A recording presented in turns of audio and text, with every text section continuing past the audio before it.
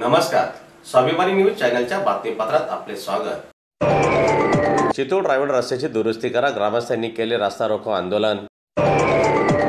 चितोड रायवड रस्त्याची प्रचंड दुरावस्था झालेली असून रस्त्याची दुरुस्ती करण्यात यावी या संदर्भात चितोड येथील नागरिकांनी गेल्या काही दिवसांपूर्वी खड्ड्यात बसून आंदोलन केले होते। मात्र बांधकाम विभाग व जिल्हा प्रशासनाने रस्त्याचे काम न केल्याने आज पुन्हा चितोड ग्रामस्थांच्या वतीने रास्ता रोको आंदोलन करीत प्रशासनाच्या विरोधात निषेध व्यक्त करण्यात आला।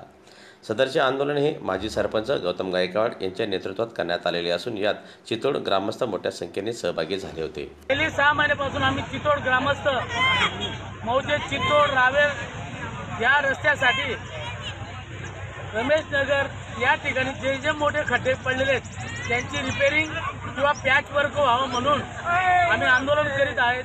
वेळोवेळी निवेदन देऊन सुद्धा प्रशासन याकडे गांभीर्याने लक्ष देत नाही म्हणून आम्हाला वारंवार अशा प्रकारचे आंदोलन करावं लागत आहे। आम्ही आता हे शेवटचं आंदोलन करून या पुढचं डायरेक्ट अधिकाऱ्यांना घेराव घालू आणि त्यांच्या दालनाला सील लावू असं आम्ही आंदोलन छेडणार आहोत।